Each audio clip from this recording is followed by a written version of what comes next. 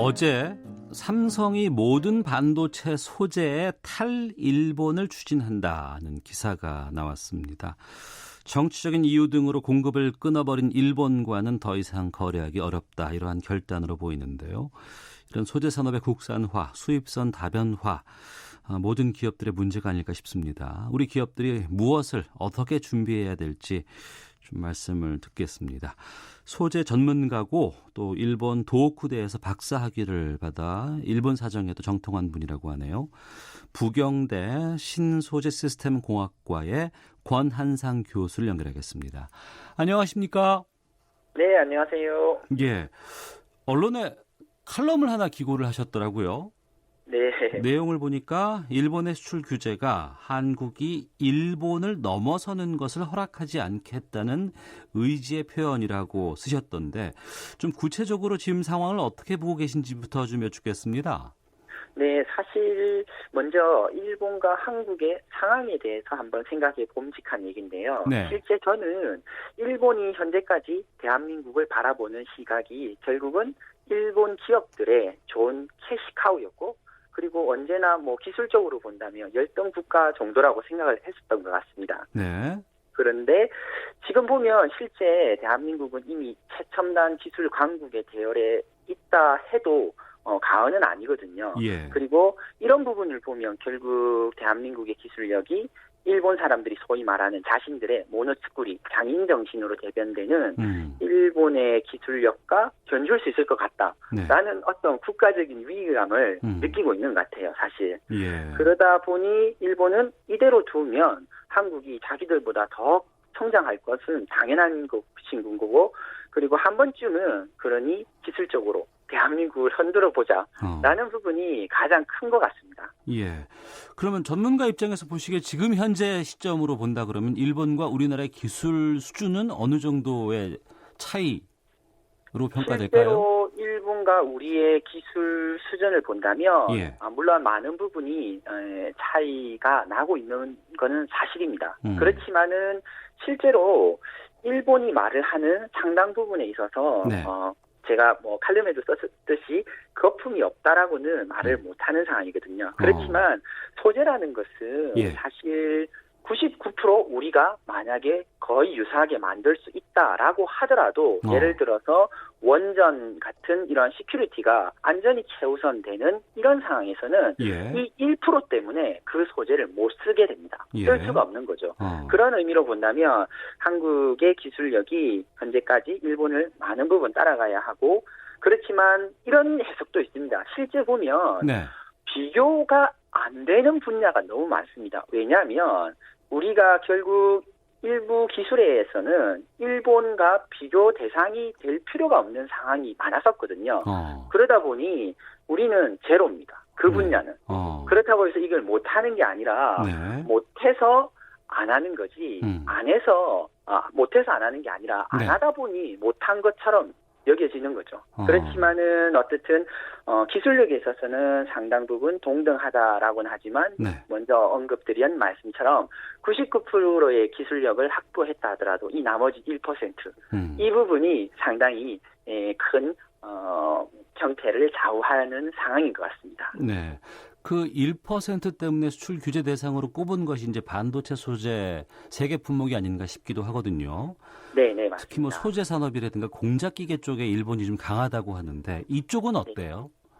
실제로 방금 말씀하신 대로 공작기계라든가 이런 정밀기계가 일본이 상당한 우위에 있습니다. 네. 왜냐하면 일례로 다시 원전 산업을 드는 예를 들겠지만 그 부분이 보면 상당한 안전이 보장이 되어야 하는데 거기 들어가는 어떤 시설의 측정 장치나 검출 센서 등은 실제 일본 걸 많이 사용을 하거든요. 이게 네. 어떻게 보면 우리 국가의 어떤 컨트롤의 부분에 약간의 오류도 있었던 것 같은데, 뭐냐면 우리나라는 그만한 장비와 센서를 개발할 수 있는 기업들이 실제 많이 존재를 하고 있지만 네. 그분들이 만들어 놓은 것을 결국 대기업이나 한전 쪽 사용을 안 합니다. 네. 왜냐? 일본 거 꾸준히 잘 썼고 이때까지 잘 있었는데 라는 형태가 엄청 강했었죠. 예. 그러다 보니 결국은 개발을 할 필요성을 못 바뀌었던 거고 지금의 우리 기술력은 앞서 말씀드린 대로 네. 무시할 정도의 수준은 사실 아닙니다. 그렇다고 자만할 필요는 없지만 냉정하게 우리 기술을 한 번 더 평가를 해서 네. 지금 현재 모자란 부분은 더 발전을 시키면 되고 그리고 나아간 소재 원천 기술 준비를 한다면 네. 지금 일본이 공작 기계라든가 탄소 섬유 이런 게 상당히 강하지만 충분히 따라갈 수 있는 그리고 넘어설 수 있는 저력을 가지고 있다라고 저는 생각합니다. 네. 우리 중견 기업들이 이런 소재 산업이라든가 부품 쪽에 많은 관심을 보이고 기술력도 올라왔지만 대기업들이 굳이 쓸 이유가 없어서 또 안전성 등 때문에 안 써왔다라고 말씀해 주셨어요. 네, 맞습니다. 그런데 지금 그것이 이제 현실로 지금 드러나고 있는 거 아니겠습니까? 네, 맞습니다. 이제 그래서 이제 바꿔야 된다고 하고 또 여러 가지 지원들을 하고 또 대기업과 이런 중견기업 간의 협업들이 지금 들어가야 된다고 하는데 지금 들어가도 별 문제는 없습니까, 그러면? 예, 사실 맞습니다. 왜냐하면 제로에서 제로 베이스로 시작을 한다면 처음부터 예. 너무 힘들 것입니다. 인프라도 만들어야 되고 기술부터 재원까지 엄청난 부분이 필요한데 네. 이미 대한민국의 중소기업들은 수준이 어마어마합니다. 실질적으로. 우리나라 대기업 삼성부터 시작해서 쭉 돌아가는 업체들을 보면 네. 그 대기업을 결국은 지지하고 키워주는 원천적인 힘은 우리의 허리인 중소기업입니다. 그렇기 때문에 그 중소기업들은 충분히 레디되어 있는 상황이고 네. 어떤 정책적인 부분과 실제 엔드 유저만 제대로 확보가 된다면 전혀 문제없이 우리는 단기간에 충분히 극복할 수 있고 만들어낼 수 있다라고 저는 생각합니다. 네. 부경대학교 신소재시스템공학과 권한상 교수와 함께 한일 갈등의 기술적인 측면에 대해서 말씀을 좀 나누고 있는데 삼성이 어제 이 반도체 생산에 일본산 소재 원료를 모두 배제하겠다 이렇게 발표를 했습니다. 이 삼성의 결정에 대해서 권 교수께서는 어떻게 보십니까? 저는 상당히 잘한 결정이라 생각하고 그리고 예. 실제 현재 삼성의 기술력으로 보면 충분히 가능한 일입니다. 네. 왜냐하면 소재 중에서도 일부 물론 여러 소재 중에 일부는 지금 수준에서도 바로 대체를 할 수 있는 그 정도의 경쟁력을 가지고 있거든요. 그리고 네. 일부에 있어서는 아직도 물론 소재의 난이도가 있기 때문에 향후 몇 달 그리고 길게는 아마도 1년 정도는 걸릴 것입니다. 그렇지만 삼성 역시도 지금 상황을 잘 인지를 하고 있고 예. 모든 일은 항상 제일 좋은 것이 최선의 선택이 되는 것은 아니지 않습니까? 그런 의미로 본다면 삼성이 가지고 있는 인프라와 소재 구축 원천 기술을 살펴봤을 때 네. 최선은 최고가 아닌 최선이 그 상황에서는 또 다른 최고의 선택이 될 수 있기 때문에 오히려 기존 소재보다 그리고 기존 일본의 공급망보다 더 뛰어난 우리 국내의 중소기업을 충분히 발굴을 할 수 있고 네. 키울 수도 있는 상황이기 때문에 삼성의 저력이면 아마 큰 어려움 없이 넘어갈 수 있는 문제라고 저는 생각합니다. 예. 청취자 5264님께서 삼성의 결정에 박수를 보냅니다. 하나하나 55번 쓰시는 분은 이번 사태는 대기업 책임이 있다고 봅니다. 소재 부품 산업에 신경을 썼어야 했는데 대기업들 수조 원씩 쌓아두고 R&D 투자를 게을리한 것 같습니다. 라는 의견들 보내주고 계시는데요. 저희 시사본부에서 며칠 전에 그 양향자전 삼성전자 상무와 인터뷰를 했었어요. 그런데 그 국내 시장만 보고 소재를 국산화하게 되면은 단가가 높아지기 때문에 국내뿐 아니라 세계 시장을 대상으로 소재 생산을 해야 경쟁력이 생긴다 이런 말씀하셨는데 이 이야기에 대해서 권 교수께서는 어떻게 생각하십니까? 저도 사실 충분히 공감이 가고 지극히 맞는 말씀입니다. 다만 네. 우리가 한번 생각해 봐야 되는 게 조금만 다른 시선을 보면 예를 들어서 예전 짜장면이 한 그릇 500원 하던 시절 생각해 보십시오. 지금 예. 그 짜장면이 5,000원 합니다.